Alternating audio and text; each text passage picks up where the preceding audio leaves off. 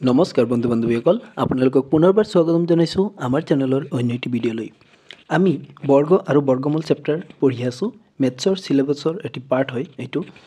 Part 1 আলোচনা কৰা হৈছে। আপোনালোকে যদি চোৱা নাই তেতিয়াহ'লে নিশ্চয় আমাৰ এই চেনেলত চাব পাৰিব। আজি আমি স্কুৱেৰ ৰুট অৰ্থাৎ বৰ্গ কাক কোৱা হয় সেইটো আমি আলোচনা কৰিছোঁ আগৰ ভিডিঅ'টোত। আজি আমি স্কুৱেৰ ৰুটৰ কথা পঢ়িম অৰ্থাৎ বৰ্গমূল। বৰ্গমূল মানে কি এইবোৰ আমি চাব লাগিব। কনচেপ্ট ৱাইজ যাব লাগিব আৰু আপোনালোকে নিশ্চয় বুজি পাব কনচেপ্ট ৱাইজ গ'লে। তাৰপিছত আমি কিছুমান প্ৰশ্ন আলোচনা কৰিম। প্ৰথমতে বৰ্গমূল কি হয়? এতিয়া বৰ্গমূল মানে কি হয় সেইটো বুজি ল'ব লাগিব। বৰ্গমূল অৰ্থাৎ বৰ্গ সংখ্যা যিবোৰ আছিল, বৰ্গ সংখ্যা কি আছিল? কালি কৈছিলোঁ যে বৰ্গ সংখ্যা হৈছে যেনিবা 1, হয় নহয়? এক এটা বৰ্গ সংখ্যা। তাৰপিছত একৰ পিছত কিমান? 4 হৈছে বৰ্গ সংখ্যা। তাৰপিছত 4ৰ পিছত কিমান? 9 হৈছে বৰ্গ সংখ্যা। বৰ্গ সংখ্যা কিয় হ'ল? কাৰণ 9টো যেনিবা 9টো আমি কি লিখিব পাৰিম? 3 পূৰণ 3 লিখিব পাৰিম। আৰু 4টোক আমি 2 পূৰণ 2 লিখিব পাৰিম, হয়নে নহয়? তেতিয়াহ'লে এইবোৰ হৈছে বৰ্গ সংখ্যা। এতিয়া বৰ্গমূল মানে কি? অৰ্থাৎ বৰ্গমূল অৰ্থাৎ বা স্কুৱেৰ ৰুট, এই শব্দটোৰ মিনিংটো কি? এইটো মানে বুজাব চেষ্টা কৰিছে। এই যে বৰ্গ সংখ্যাটো যেনিবা 9 এটা বৰ্গ সংখ্যা, এই 9টো আচলতে কাৰ বৰ্গ? যদি সোধে যে কাৰ বৰ্গ, সেইটোৱে হৈছে বৰ্গমূল। এতিয়া আমি দেখা পালোঁ যে 9 3 পূৰণ 3 কৰি পাইছোঁ, অৰ্থাৎ 3 দুটা পূৰণ, অৰ্থাৎ 3ৰ বৰ্গ কৰিলে কিমান পোৱা যায়? 3ৰ বৰ্গ কৰিলে 9 পোৱা যায়, হয় নহয়? তেতিয়াহ'লে 3ৰ বৰ্গ 9 হয়। আকৌ ওলোটাকৈ ক'ব গ'লে 9ৰ বৰ্গমূল কিমান হ'ব? 3 হ'ব। এতিয়া আপুনি নিশ্চয় বুজি পাইছে বৰ্গমূল মানে কি? বৰ্গমূল মানে হৈছে বৰ্গৰ ওলোটাটো, যে যাৰ বৰ্গ যি এটা সংখ্যা হ'ব সেই সংখ্যাটোৰ বৰ্গমূল আকৌ সেই পুনৰাই সেই সংখ্যাটো হ'ব। এক্সাম্পল হিচাপে আমি আৰু কিছুমান সংখ্যা ল'ব পাৰোঁ, যেনিবা 64, হয় নহয়? 64টো আমি কি লিখিব পাৰিম? 64। এতিয়া 64টো কাৰ বৰ্গ? 64 হৈছে যেনিবা 8 × 8 কৰিলে পোৱা যাব, অৰ্থাৎ 8ৰ বৰ্গ হৈছে কিমান? 64। আকৌ এই 64ৰ যদি বৰ্গমূল উলিয়াব লাগে তেতিয়াহ'লে সেইটো এনচাৰ হ'ব কেৱল 8। 8ৰ যেতিয়া স্কুৱেৰ কৰিবা, 8ৰ স্কুৱেৰ কিমান হ'ব? 64 হ'ব, অৰ্থাৎ 8ৰ বৰ্গ হৈছে 64। আকৌ 64ৰ বৰ্গমূল হৈছে কিমান? 8। এই কথাটো বৰ্গমূল নিশ্চয় আপোনালোকে বুজি পাইছে। বৰ্গমূলবোৰক আচলতে স্কুৱেৰ ৰুট অৰ্থাৎ ৰুট অভাৰ এনেকৈ লিখা হয়। এতিয়া আমি যদি ৰুট অভাৰ 64 লিখোঁ, তাৰ এনচাৰ কিমান লিখিব পাৰিম? 8 লিখিব পাৰিম। কেনেকৈ হ'ল? কাৰণ 64টোক আমি 8 দুইবাৰ পূৰণ কৰিলে পাওঁ। বা এনেকৈও আমি ক'ব পাৰোঁ যে যদি ৰুট অভাৰৰ ভিতৰত ধৰি লওক যে এনেকুৱা আছে যে ৰুট অভাৰৰ ভিতৰত আমি কি লিখিলোঁ? 125 লিখিলোঁ, 125। এতিয়া 125টো কিমান? 125টো 15 পূৰণ 15 কৰিলে পাম। ৰুট অভাৰৰ ভিতৰত কিমান? 15 পূৰণ 15 লিখিলোঁ, অৰ্থাৎ 125টো হৈছে 15ৰ বৰ্গ, হয় নহয়? তেতিয়া এটা কথা মনত ৰাখিব, এই ৰুট অভাৰটোৰ লগত আচলতে দুটা 15 আছে। দুটা 15ৰ পৰা এটা 15হে হ'ব। ইয়াৰে উত্তৰটো হ'ব কিমান? 15। অৰ্থাৎ 125ৰ বৰ্গমূল হৈছে কিমান? 15। এইটো যদি মই প্ৰমাণ কৰি দেখাই দিওঁ তেতিয়াহ'লে আপুনি চাই লওক যে কিমান হ'ব। 125ৰ ওপৰত ৰুট অভাৰ আছে, হয়নে নহয়? ৰুট অভাৰ মানে সূচক, ৰুট অভাৰটোৱে কিমান সূচক বুজায় সেইটো আপোনাৰ জানিব লাগিব। 125 ৰুট অভাৰ মানে বুজাইছে 1/2। সূচক যদি 1/2 থাকে তেতিয়া সেইটো হৈছে ৰুট অভাৰ। এতিয়া 125 মানে হৈছে 15ৰ কিমান? 15ৰ স্কুৱেৰ, হয় নহয়? আৰু ইয়াতে থাকিল ওপৰত 1/2। এতিয়া এই স্কুৱেৰৰ এই দুইটো যেতিয়া কাটা যাব তেতিয়া 15ৰ ওপৰত কিমান থাকিব? সূচক 1, আৰু 15ৰ সূচক 1 মানে 15। এইটো হৈছে আচল কথাটো। এতিয়া আপোনালোকে নিশ্চয় বৰ্গমূল মানে কি হয় বুজি পাইছে। তেনেকুৱা আচলতে বৰ্গমূলবোৰ উলিয়াব লাগিব। তাৰপিছত টপিক চাওক, বৰ্গ সংখ্যাৰ এককৰ স্থানৰ অংক অনুযায়ী বৰ্গমূলৰ এককৰ স্থানৰ সম্ভাৱ্য অংকসমূহ হ'ল। এতিয়া যদি কোনোবা এটা বৰ্গ সংখ্যাৰ এককৰ স্থানত কিছুমান সংখ্যা থাকিব, হয়নে নহয়? আগৰ ভিডিঅ'টোত আমি আলোচনা কৰিছিলোঁ যে বৰ্গ সংখ্যাবোৰৰ এককৰ স্থানত কেতিয়াও 2, 3, 7 আৰু 8 এই নম্বৰকেইটা নবহে, হয় নহয়? তেতিয়াহ'লে বাকী যে অংককেইটা থাকিল আচলতে যে 0, তাৰপিছত ইয়াতে মই লিখি দিছোঁ 0, 1, 4, 5, 6, 9 এই নম্বৰবোৰ থাকিব, হয় নহয়? এতিয়া এই বৰ্গ সংখ্যাবোৰৰ শেষত যদি এই নম্বৰকেইটাৰ এই অংককেইটা থাকে তেতিয়াহ'লে বৰ্গমূলৰ অংকটো কি হ'ব পাৰে? শেষৰটো অংক কি হ'ব পাৰে? এটা অনুমানিক ধাৰণাহে আমি কৈছোঁ। যদি যেনিবা এক্সাম্পল হিচাপে মই লৈছোঁ 81 81টো কাৰ বৰ্গ 81টো হৈছে কাৰ বৰ্গ 81টো হ'ব 9ৰ বৰ্গ হয় নহয় এতিয়া 81 মানে হৈছে 9ৰ স্কয়াৰ তেতিয়াহ'লে লাষ্টত এই যে বৰ্গ সংখ্যা 81টো বৰ্গ সংখ্যা আৰু এই বৰ্গ সংখ্যাটোৰ শেষত কিমান আছে বৰ্গ সংখ্যাটোৰ শেষত আছে 1 তেতিয়া ইয়াৰে যেটো বৰ্গমূল এই বৰ্গমূলটো কিমান বৰ্গমূলটো হৈছে 9 মই হেতুৱে লিখি দিছো যে একৰ যদি বৰ্গ সংখ্যাৰ শেষত কিমান থাকে 1 থাকে তেতিয়াহ'লে যাৰ বৰ্গমূল উলিয়াবা সেই বৰ্গমূলৰ শেষত কি থাকিব হয় 1 থাকিব পাৰে বা 9 থাকিব পাৰে একে নিচিনা মই যদি আৰু এটা এক্সাম্পল লৈছো যেনিবা 121 121 ৰ যদি বৰ্গমূল উলিয়াও তেতিয়া এনসাৰ পাম 11 এতিয়া চাওকচোন এনসাৰটো হৈছে না নাই যে 11 যে ওলাইছে এতিয়া 121ৰ শেষতো কিমান আছিল 1 এটো 1 থাকিলে আমি এনসাৰটো কি পাইছো হয় 1 পাইছো বা কোনোবাটোৰ কাৰণে কিমান পাম 9 পাম হয় নহয়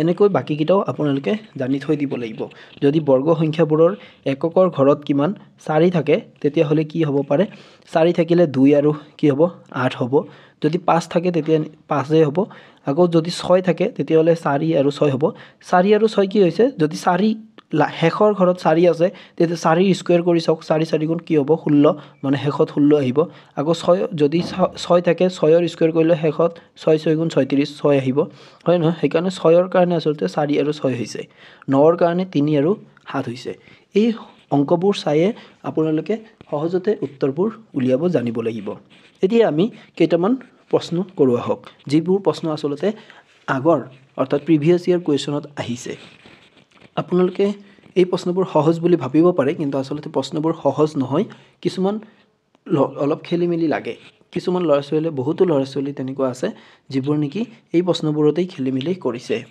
এতিয়া দেখা যাওক পিছৰ আমি প্ৰশ্ন চাও কি আছে ইয়াতে হৈছে what is the unit place digit of A square root কিমান 576 হয় নহয় এতিয়া এই 576 এই নম্বৰটোৰ স্কয়াৰ ৰুট উলিয়াব দিছে কোনটো হ'ব মানে সম্ভাব্য অংকটো কি এক্সাক্ট আমি নাজানিলেও এপ্ৰক্সিমেট কি হ'ব সম্ভাব্য কি হ'ব হেতুহে উলিয়াব দিছে এতিয়া আমাৰ চাব লাগিব শেষৰ নম্বৰটো কিমান আছে শেষৰ নম্বৰটো আছে 6 হয় নহয় মই অলপ আগতে কৈছিলো আপোনালোকৰ যদি মনত নাই চাই ল'ব পাৰিব যে অলপ আগতে কৈছো যে 6 থাকিলে কি ওলাই 6 থাকিলে হয় কি থাকিব 4 হ'ব নহলে কিমান হ'ব 6 হ'ব হয় নহয় 4 বা 6 এই দুটাৰ ভিতৰত যিকোনো এটা হ'ব 6 থাকিলে সম্ভাব্য বুলি কৈছে যদি এই দুইটাই থাকিব পাৰে 4ও থাকিব পাৰে বা 6ও থাকিব পাৰে তেতিয়াহলে এই প্ৰশ্নটোৰ আমাৰ উত্তৰটো কি হ'ব এই প্ৰশ্নটোৰ উত্তৰটো হ'ব অপচন সি টো হ'ব শুদ্ধ উত্তৰ both a আৰু b ইয়াতে a অপচনত আছে 4 আৰু b অপচনত আছে 6 a ও হ'ব পাৰে আৰু b অপচনটো হ'ব পাৰে তাৰ পিছৰটো প্ৰশ্ন আমি চাই লও ইয়াতে কৈছে 2025 এই 2025 সৰ বৰ্গমূলৰ এককৰ সংখ্যাটো কি 2025 যদি আমি বৰ্গমূল উলিয়াও তেতিয়াহলে শেষৰ ডিজিট আমাৰ কিমান আহিব হেতু সুধিছে এতিয়া 2025 টো কাৰ বৰ্গ হেতু জানিব নালাগে শেষৰ ডিজিটটো চাই আমি উলিয়াব জানিব লাগিব যে 2025 শেষত কিমান আছে 5 আছে হয় নহয় যদি শেষত 5 থাকে তেতিয়াহলে কি হ'ব শুদ্ধ উত্তৰ আপোনালোকে নিশ্চয় গম পাইছে ইয়াৰ উত্তৰটো কি হ'ব আপোনালোকে ভিডিওটোৰ কমেন্ট কৰি জনাব বন্ধু-বান্ধৱীসকল যদি ভিডিওটো চাই ভাল পাইছে তেতিয়াহলে ভিডিওটো নিশ্চয় লাইক কৰিব আৰু আপোনাৰ বন্ধু-বান্ধৱীৰ লগত ভিডিওটো যিমান পাৰে শেয়াৰ কৰিব তাৰ পিছৰটো প্ৰশ্ন 4 নম্বৰ 729 ৰ বৰ্গমূল কিমান ইয়াতে আমাৰ বৰ্গমূল কিমান ডাইৰেক্ট সুধিছে যে 729 ৰ বৰ্গমূল কিমান হ'ব ইয়াতে আমাৰ চাব লাগিব কোনটো হ'ব শুদ্ধ উত্তৰ এতিয়া শেষত আমি আগত যেটো কনসেপ্ট আপোনালোকক মই কৈছো সেই কনসেপ্ট ব্যৱহাৰ কৰিহে আমি ইয়াতে এনসাৰ কৰিম বেলেগ অইন একো নহয় এতিয়া আপুনি 729 ৰ বৰ্গমূল জানে নে নাজানে হেতু বাদ দিয়ক এতিয়া আপুনি এই অপচনবোৰৰ পৰা আপুনি এনসাৰটো উলিয়াব জানিব লাগিব এতিয়া শেষত কিমান আছে শেষত আছে 9 হয় নহয় 729 অৰ্থাৎ শেষত আছে 9 এতিয়া 9 কেতিয়া আহিব পাৰে 1 থাকিলে কেতিয়াবা 9 আহিব নেকি 1 ৰ আপুনি স্কয়াৰ কৰি চাওকচোন 1 ৰ স্কয়াৰ কৰিলে লাষ্টত কি আহিব 1 আহিব কেতিয়াও 9 নাহে আকৌ ইয়াতে 5 আছে 5 ৰ যেতিয়া স্কয়াৰ কৰিব তেতিয়া 5 5 গুণ 25 ৰ 5 পাব 5 পাব নেকি নাপায় ইয়াতে আছে 7 অৰ্থাৎ 7 ৰ যেতিয়া মাল্টিপ্লাই কৰিব তেতিয়া 7 * 7 কৰিলে কি আহিব 49 49 ৰ লাষ্টত কি আহিব পাৰে 9 আহিব পাৰে হয় নহয় তেতিয়া হলে আমাৰ অপচন সি বা ডি এই দুয়োটাৰ ভিতৰত যিকোনো এটা হ'ব হয় নহয় যিকোনো এটাহে হ'ব দুয়োটাই নহয় দুয়োটাৰ পাছফালে 7 আছে কিন্তু দুয়োটা নহয় এতিয়া আমি এই দুটা অপচন চাই লওঁ এটা আছে 37 এটা হৈছে 27 এতিয়া যেটো অপচনত 37 আছে হেতু হৈছে কিমান হেতু 30 তকৈ কি বেছি হয়নে নহয় আপুনি চাই লওক 30 তকৈ বেছি হয়নে নহয় যদি 30 তকৈ বেছি হয় এতিয়া আপুনি 30 ৰ স্কয়াৰ কৰি চাওকচোন 30 ৰ স্কয়াৰ কৰিলে কিমান হ'ব 3 3 গুণ কি 9 আৰু কেইটা শূন্য দুটা শূন্য অৰ্থাৎ 900 হৈ আছে 30 ৰ স্কয়াৰ আমাৰ প্ৰশ্নটো সুধিছে কাৰ 729 ৰ কাৰণেহে সুধিছে তেতিয়াহলে আপুনি 30 তকৈ বেছি হ'ব পাৰে নেকি হেতু ভাবি চাওকচোন 30 তকৈ নিশ্চয় বেছি হ'ব নোৱাৰে তেতিয়াহলে আমাৰ অপচন কি থাকিল অপচন ডি টো আমাৰ শুদ্ধ উত্তৰ হ'ব 27 টো হে কাৰেক্ট এনসাৰ হ'ব নিশ্চয় আপুনি বুজি পাইছে আমি অপচনৰ পৰা কেনেকৈ বৰ্গমূল উলিয়াই দিলো তাৰ পিছৰটো প্ৰশ্ন 5 নম্বৰ 2704 ইয়াৰে বৰ্গমূল উলিয়াব দিছে আপোনালোকে ভাবি আছে এইবোৰ একেবাৰে সহজ প্ৰশ্ন আসলতে এইবোৰ সহজ প্ৰশ্ন নহয় এইবোৰ অলপ জটিল আছে বহুত ল'ৰা ছোৱালীয়ে এইবোৰ প্ৰশ্ন ভুল কৰিছে আৰু প্ৰিভিয়াস ইয়াৰ কোৱেশ্চনতহে এনেকুৱা ধৰণৰ প্ৰশ্নসমূহ আহিছে মই এতিয়া ইজি প্ৰশ্নসমূহ আপোনাৰ কাৰণে লৈ আহিছো পিছত নেক্সট ভিডিঅত আমি আৰু টাফ লেভেলৰ প্ৰশ্নসমূহ আলোচনা কৰিম এতিয়া চাওকচোন 2704 এতিয়া 4 বুলি ক'লে লাষ্টত কিমান আহিব লাষ্টত 2 আহিব এতিয়া নিশ্চয় গম পাইছে আটাইকিটা অপচনৰ লাষ্টত কি আছে 2 আছে হয় নহয় তেতিয়াহলে আমাৰ এই আমি হেখৰটো চাই গম নাপাও যে 2704 হয় নহয় এতিয়া 4 বুলি ক'লে লাষ্টত কি আহিব 2 আহিব এতিয়া কোনটো হ'ব উত্তৰ 32 হ'ব নে 42 হ'ব নে 52 হ'ব নে 62 হ'ব হয় নহয় এতিয়া এই যে নম্বৰ এই নম্বৰ কিটা আমি স্কয়াৰ কৰি চাও 30 ৰ ওচৰা-ওচৰি আছে 30 ৰ ওচৰা-ওচৰি ক'লে এটো 900 ৰ ওচৰা-ওচৰি হ'ব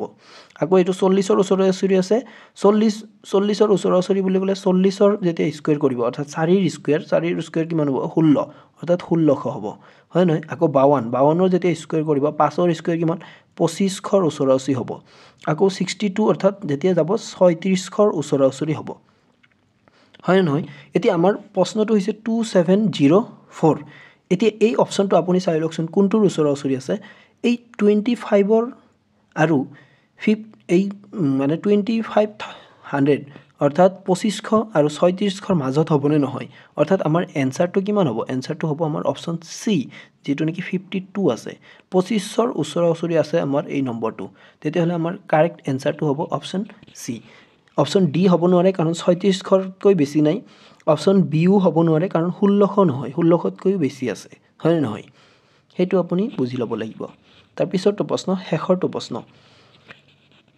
5329 এই নম্বৰটোৰ বৰ্গমূল উলিয়াব দিছে আপোনালোকক আগৰ প্ৰশ্নটো যি নিয়মেৰে কৰোৱা শিকালো আপোনালোকে নিশ্চয় এতিয়া মুখে মুখে বৰ্গমূল উলিওৱা শিকি গৈছে তেতিয়াহলে আপুনি যদি এই ভিডিওটোৰ জৰিয়তে উপকৃত হৈছে বা কিবা অলপ বুজি পাইছে তেতিয়াহলে আপুনি এই প্ৰশ্নটোৰ উত্তৰটো কমেন্ট বক্সত জনাব বুলি আশা থাকিল ধন্যবাদ থাকিল বন্ধু-বান্ধৱীসকল আমাৰ ভিডিওটো শেষলৈ চোৱাৰ বাবে আজিৰ ভিডিওটোত এইখিনিয়ে নেক্সট ভিডিওত আমি নেক্সট পাৰ্ট লৈ আহিম আৰু কিছুমান টাফ কোৱেশ্চন আনিবৰ কাৰণে চেষ্টা কৰিম আপোনালোকে আমাৰ এই চেনেলৰ জৰিয়তে জিকে কাৰেন্ট এফেয়াৰ্স ম্যাথমেটিক্সৰ সকলো প্ৰশ্ন পাই থাকিব প্ৰত্যেক দিনে এখনকৈ ভিডিও পাব আমাৰ ভিডিওটো ৰাতিপুৱা পাবলিশ হয় আপোনালোকে নিশ্চয় ৰাতিপুৱা চাই ল'ব পাৰিব আজিৰ বাবে এইখিনিয়ে ধন্যবাদ থাকিল জয় আই অসম